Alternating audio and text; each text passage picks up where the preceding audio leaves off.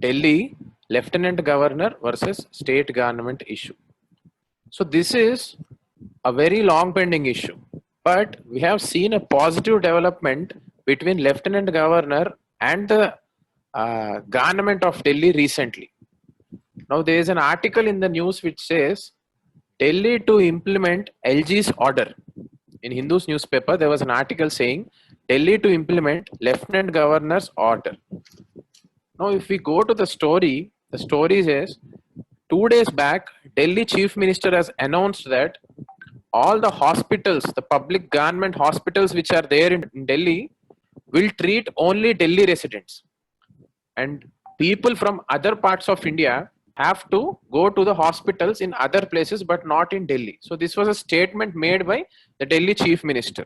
And also the Delhi Chief Minister also said that only symptomatic patients of COVID, means those who are showing visible signs of symptoms of COVID like cold or cough or headache, etc., only those will be tested in Delhi and the other will be left. So these are the two statements that were given by the Delhi Chief Minister in the view of financial and the health constraints which that state has, right? But what did the Lieutenant Governor do? The Lieutenant Governor, in fact, passed an order saying that Delhi government has to provide health services without discriminating between who are residents and who are not the residents, right? So the order said everyone has to be given the healthcare services in Delhi.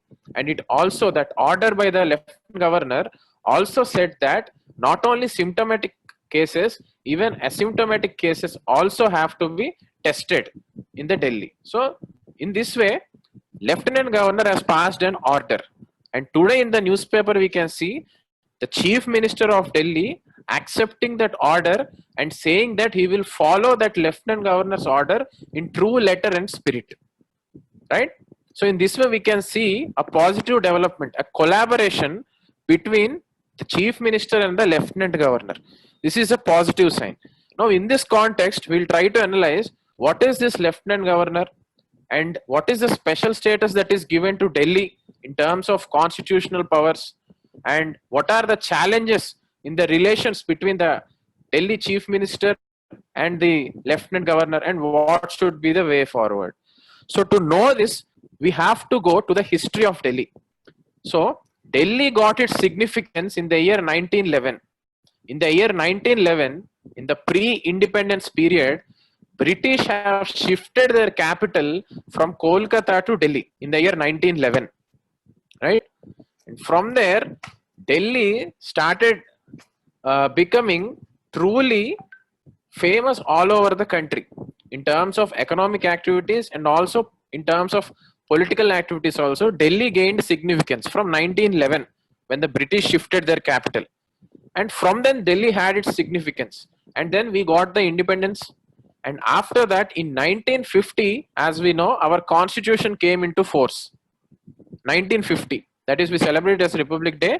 On that day, the constitution has come into force in India, right? At that time in 1950, we divided our states in India into 4. Group A, B, C, D. So part A, part B, part C, part D. So we divided our states into A, B, C, D types, right? During 1950. And at that point of time, Delhi has been given part C state status, right? So Delhi has been given part C state status, and Delhi in fact had a legislative assembly also during the time 1950. Now slowly after, in the year 1956, there was State Reorganization Act that was passed. Now according to the State Reorganization Act, new states came in India. Old states, some states were merged, some states were formed new, and states were basically reorganized on linguistic lines mostly. So in that case, this part A, B, C, D classification of states was removed. There were no more part A, B, C, D type of states.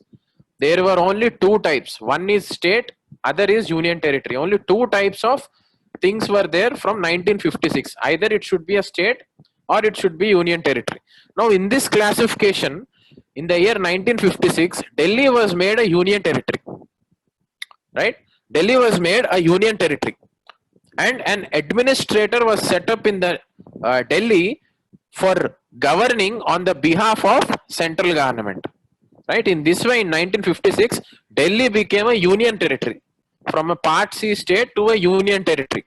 And as it has become union territory, legislative assembly was also removed for Delhi. Right? So only an administrator was there. He was governing this Delhi on the behalf of central government. Now, as this went on, in the year 1963, again, the central government has passed Government of Union Territories Act. Government of Union Territories Act in the year 1963. In this year, this act was passed to provide legislative assemblies for some union territories. To provide legislative assemblies to some union territories. However, Delhi was not given a legislative assembly under this act, because Delhi is, though is a union territory, it has some strategic significance also. It is not like ordinary union territories. There is something more special about Delhi because it is the national capital region, right? So that's why this was not given a legislative assembly, though a Government of Union Territories Act was passed. And then in 1966, Delhi Administration Act was passed. Delhi Administration Act was passed by the Union. And this act installed a municipal council in the Delhi, an elected municipal council in the Delhi. Through this act, an elected municipal council, a 56-member elected municipal council came into existence in Delhi. And also a body called Lieutenant Governor was also set up, right? A body called Lieutenant Governor was also set up for administration purposes. So in this way, somewhat similar to legislative assembly, but not a legislative assembly. A municipal council was set up in Delhi and Lieutenant Governor was there. This was from 1966. And as it went, there was a demand that separate statehood has to be given for Delhi. Right? If we see, the region of Delhi is huge in area. So monitoring it like a union territory, that means directly center controlling through an administrator, is not that effective because the area is large. So many people are living there. So they need some representatives to take care of their interests. So in that way, a legislative assembly and a statehood was demanded for Delhi. Then the government has appointed a committee called Balakrishnan Committee. Balakrishnan Committee. A committee was set up. So this committee was set up to decide whether a separate statehood has to be given to the Delhi or not. Now this committee said two interesting findings. The first thing is, Delhi is a national capital and it belongs to nation as a whole, right? So Delhi is a national capital and it belongs to the nation as a whole. That means the entire nation owns Delhi. And the second finding is, control of the union, that is the center over the Delhi, is very much vital in a national interest, right? So it said the union or the center should have control over the Delhi, right? So in this case, if we give separate statehood to Delhi, it may lead to turmoil because Delhi is not like any other union territory. It has some strategic importance because it is our national capital, right? National interest is involved here. So that is the reason why Delhi was not given a complete statehood status. And instead, this Balakrishnan Committee recommended for us some kind of special powers to the Delhi, right? Somewhere between a state and a union territory. A union territory means it's completely under the control of central government. State means it has its autonomy. It's completely separated from the union, right? It has its own borders. It has its own powers. Now in between these two, Delhi lies. So it's a union territory, but with some autonomy. So how did that happen? So this committee recommended some recommendations to give special powers to Delhi. As a part of that recommendations, the Parliament has passed 69th Constitutional Amendment Act. 69th Constitutional Amendment Act in the year 1992, right? This amendment brought two articles, Article 239 AA and Article 239 AB. So these are the two articles that were brought by the 69th Constitutional Amendment Act 1992. right? So through this amendment, special status was given to the Union Territory of Delhi. Now, what is this kind of special status? Basically, under the Article 239 AA, Delhi became National Capital Territory. So a new name was given, NCT, National Capital Territory Region, instead of Union Territory, right? So this NCT was given to Delhi through this Article 239 AA, right? And also a legislative assembly was created in the Delhi. A legislative assembly was created in Delhi.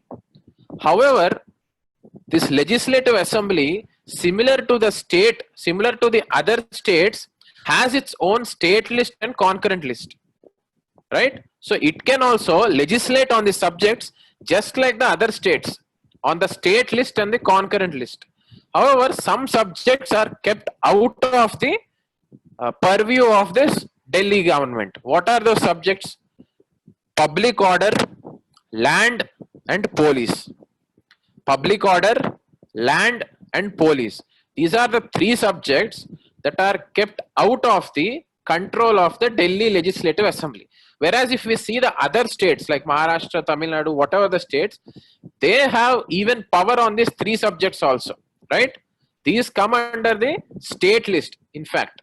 So Delhi Legislative Assembly was given the power to legislate on state list and concurrent list. However, these three subjects are kept out of the control of this Legislative Assembly, right? This we have to know with respect to prelims. And also, this constitutional amendment provided Council of Ministers also in Delhi, right? Council of Ministers, a chief minister and a group of ministers body also was introduced under this constitutional amendment in Delhi. And their size, the size of the Council of Ministers should not be more than 10% of the Legislative Assembly strength, right? In this way, Council of Ministers, a Legislative Assembly and a special status kind of thing was given to Delhi under this 69th Constitutional Amendment. Also this Article 239 AA also says that, see, we have Lieutenant Governor also now. We have Chief Minister now under this constitutional amendment. So, Lieutenant Governor and Chief Minister or the Council of Ministers have to work in collaboration, right? So, this Article 239 AA says that if at all there is any difference of opinion between the Council of Ministers and the Lieutenant Governors, if there is a clash between Lieutenant Governors and the Council of Ministers on any issue, then the Lieutenant Governor can refer it to the President, right? So under this article, there is a provision saying that if the Lieutenant Governor and the Council of Ministers have difference of opinion with respect to any issue, then the Lieutenant Governor can refer it to the President, right? Such a provision was created because Delhi has a Council of Ministers, that is Chief Minister and group of ministers who are executives, and also a Lieutenant Governor who was there from before itself, who is also an executive, right? So because of this, such a provision was created. However, this provision has led to power struggle between the Council of Ministers and the Lieutenant Governor. How? Because the Lieutenant Governor now started interfering in all the decisions of this Council of Ministers, and he started referring them to the President. Every now and then, on every issue or every decision taken by this Council of Ministers, Lieutenant Governor was interfering or involving and referring it to the President, because of which governance is getting delayed in the Delhi. So this is one issue. Whereas on the other hand, Center says that Delhi has strategic implications, right? And it is the responsibility of the Union government to have some control over the Delhi in the form of Lieutenant Governor, right? We can't simply leave it to Council of Ministers. The decisions which they take also have to be agreed by the Lieutenant Governor, because Delhi is not a simply Union territory, it is our national capital.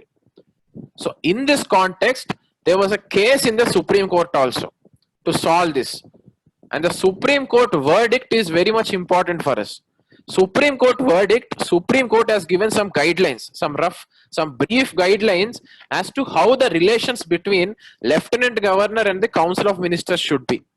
The first thing which it said was Lieutenant Governor must act in aid and advice of the Council of Ministers. Just like how a governor of a state has to work under the aid and advice of Council of Ministers, like that the Supreme Court said Lieutenant Governor must act in aid and advice of the Council of Ministers. This is the first thing, right?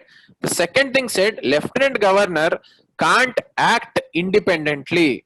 Lieutenant Governor can't act independently except for land, police and public order, right? These are the subjects that are kept out of the control of Delhi. So except for land, police and public order, Lieutenant Governor can't act independently, right?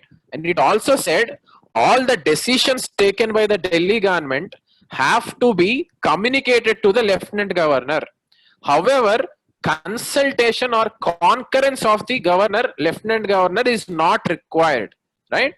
So all the decisions taken by the Delhi government have to be just communicated to the Lieutenant Governor.